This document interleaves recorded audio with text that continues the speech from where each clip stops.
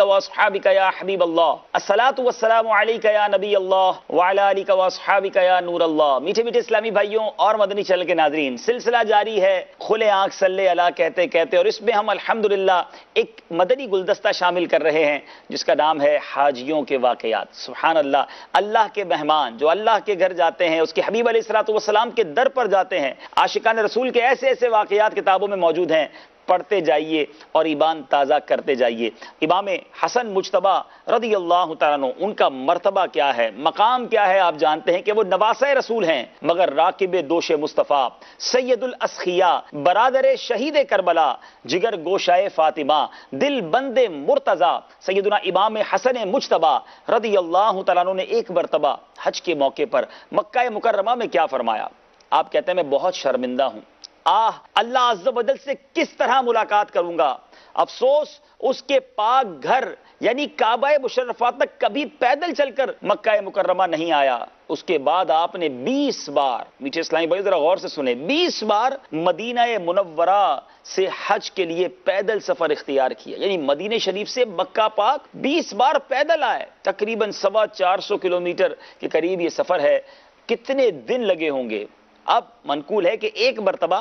آپ نے کعبہ مکرمہ زادہ اللہ شرفا و تعظیما کا طواف کیا، پھر مقام ابراہیم پر 2 رکعت نماز واجب الطواف ادا کی، پھر اپنا رخسار مقام ابراہیم پر رکھ دیا اور زارو کتار رو رو کر اس طرح مناجات کی، اے میرے رب قدیر، تیرا حقیر بندہ تیرے دروازے پر حاضر ہے، بھکاری تیرے دروازے پر حاضر ہے، تیرا مسکین بندہ تیرے دروازے پر حاضر ہے۔ انہی الفاظ کو بار بار دہراتے اور روتے رہے۔ اس کے بعد مسجد الحرام سے باہر تشریف لائے تو آپ رضی اللہ تعالیٰ عنہ کا گزر چند مسکینوں کے پاس سے ہوا جو بیٹھے صدقے کی روٹیوں کے ٹکڑے کھا رہے تھے۔ آپ نے ان کو سلام کیا، جواب سلام کے بعد انہوں نے کھانے کی دعوت پیش کی۔ آپ بلا تکلف ان کے دسترخوان پر بیٹھ گئے اور فرمایا کہ اگر یہ روٹیوں کے ٹکڑے صدقے کے نہ ہوتے تو میں آپ حضرات کے ساتھ ضرور بیٹھ کر کھانا کھاتا، مگر ہم آل رسول کے لیے صدقہ حرام ہے۔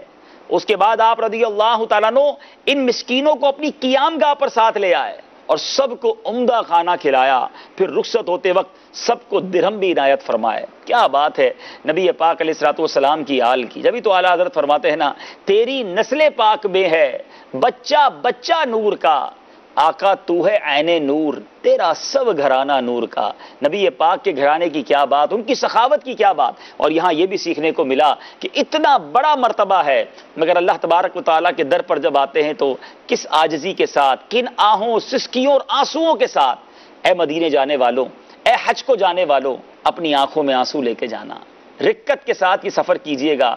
ہو سکے تو خوب آنسو بہائیے گا۔ طواف کرتے وقت مقام ابراہیم پر حجر اسود کے سامنے ملتزم سے لپٹتے وقت اپنے گناہوں کو یاد کر کے آنسو بہائیے گا کہ یہ آنسو بہانے کا مقام اور یہ ہمارے بزرگوں کا طریقہ ہے۔ اللہ کرے آپ کو اور ہم سب کو ذوق و شوق کے ساتھ یہ سفر کرنا نصیب ہو، اور اللہ کریم اس سفر کو اپنی بارگاہ میں قبول فرمائے، آمین بجاہ النبی الامین صلی اللہ تعالی علیہ وسلم۔ آئیے چلتے ہیں سلسلے کی طرف، کھلے آنکھ صلی اللہ کہتے کہتے، صلو علی الحبیب صلی اللہ تعالی علی محمد صلی اللہ علیہ وسلم۔ لبیک اللہم لبیک، لبیک لا شریک لک لبیک، ان الحمد والنعمت لک والملک